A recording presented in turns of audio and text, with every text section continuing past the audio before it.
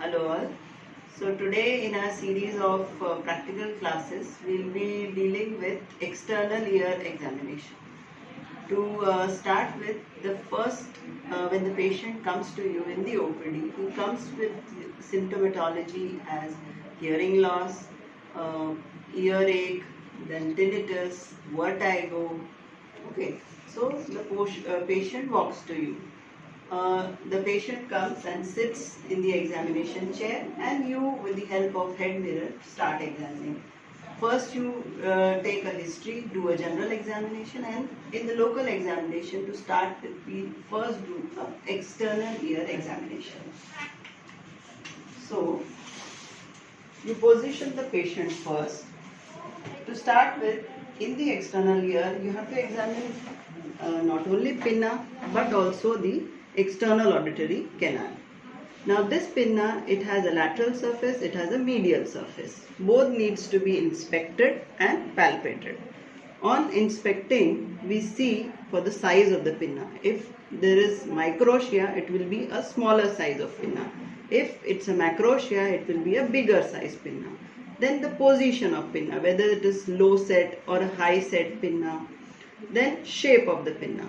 If these contours are lost, it looks like a bat ear. Then a bat ear pinna, we say. Then we should also see for the pre-auricular region. In the pre-auricular region, we have this area where we need to palpate the lymph nodes.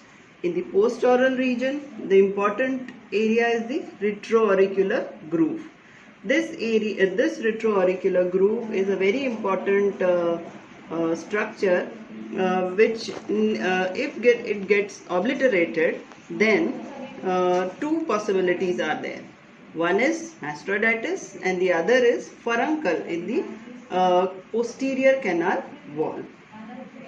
Now one should also look for the region behind the ear, this region. This is the mastoid region.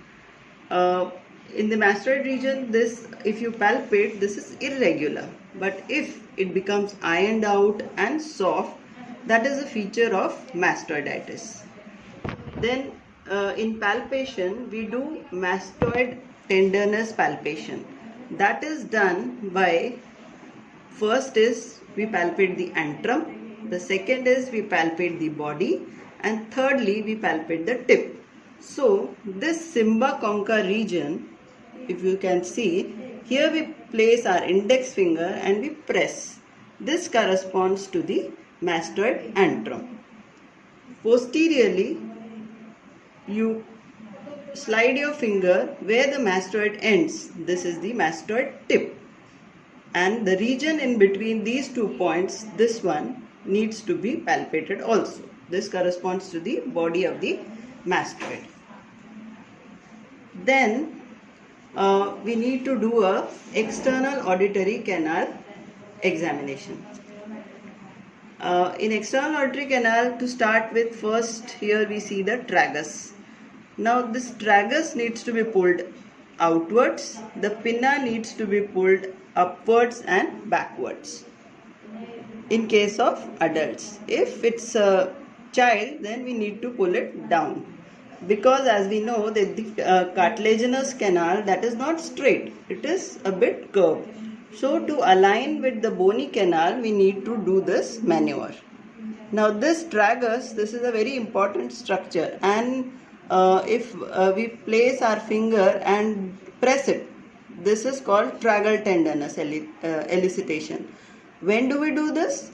When we suspect an otitis externa. In case of diffuse otitis externa, this tragus becomes tender, and this is called as tragus tenderness.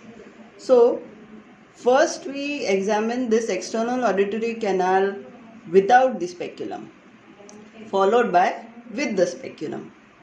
By aligning this cartilaginous canal with the bony canal, we examine the walls of the external auditory canal. We look for the lumen of the external auditory canal.